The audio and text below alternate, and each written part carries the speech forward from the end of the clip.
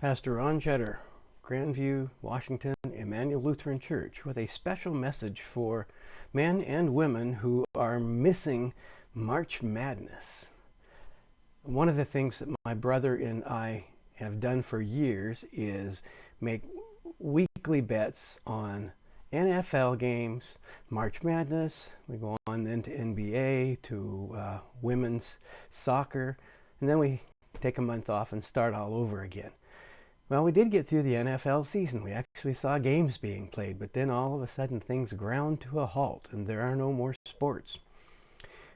It's one of the ways in which I keep track of my brother. He's had some memory issues, and so it's one of the ways in which I can make sure that he and I stay in touch pretty much on a daily basis in March, because if you know March Madness, you know that it's crazy that there are 64 teams that play 32 games in a 2-day period in round one.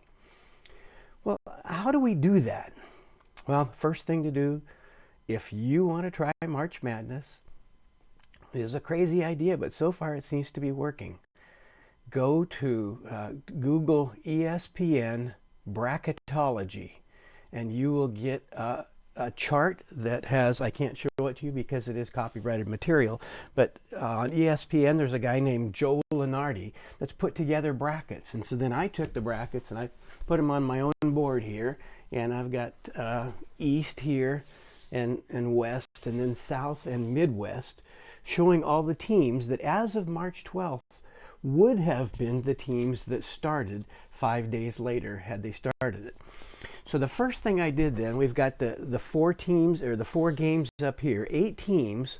These are the ones that go in those 11, 12, and 16 seeds.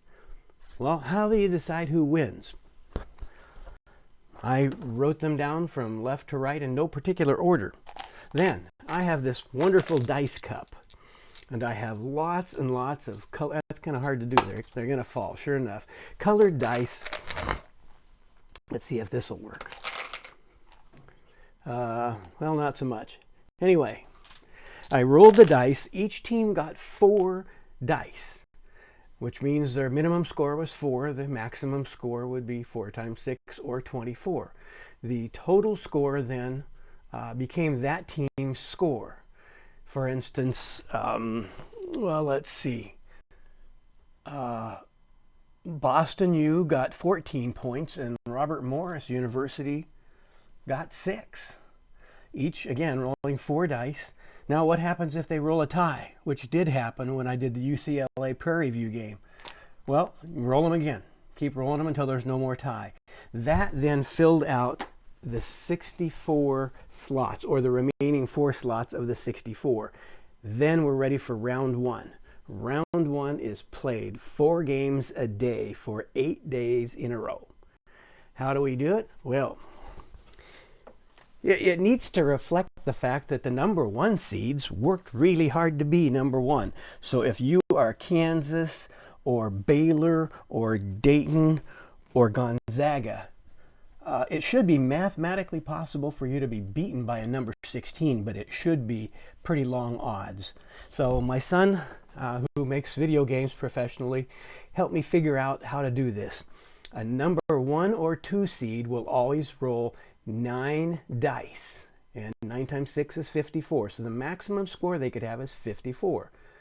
A number 15 or 16 seed will roll only 2 dice. That means the maximum they could get is 12. Now, with 9 dice, a number 1 seed could roll 9, 10, or 11. And that number 16 seed could roll 12. It's 36,000 to 1 against it happening.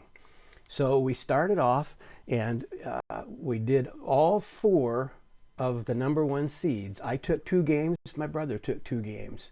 And we rotated it so each of us has different combinations, east, south, east, west, east, midwest, southwest, midwest, west, in an even number of patterns. We randomly worked it out so that we're all just choosing.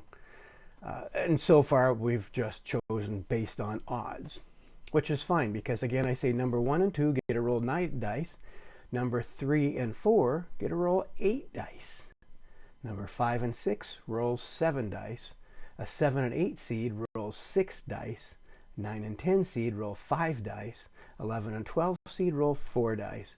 13 and 14 seed get the total of 3, and as I said before, the last 2 seeds get only 2 dice. So it was pretty good for about the first 4 days, and we filled out most of the brackets very nicely. Dayton won their game, not surprising. Butler, a number 5 seed, beat number 12 Texas, no surprise there. Maryland beat Akron. Sure, these are games that in real life would almost certainly be that way, but something happened yesterday.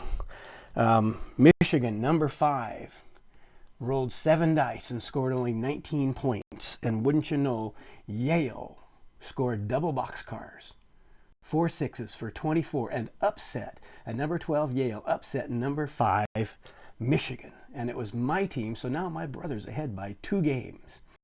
Today there were no upsets. Tomorrow, though, we do the 7 versus 10 seed, and then the next day the 8 and 9 seed. And that's when we're going to see, rolling 5 dice against 4, the chances of upsets are about 1 in 5 or so, much higher than that 1 in 36,000.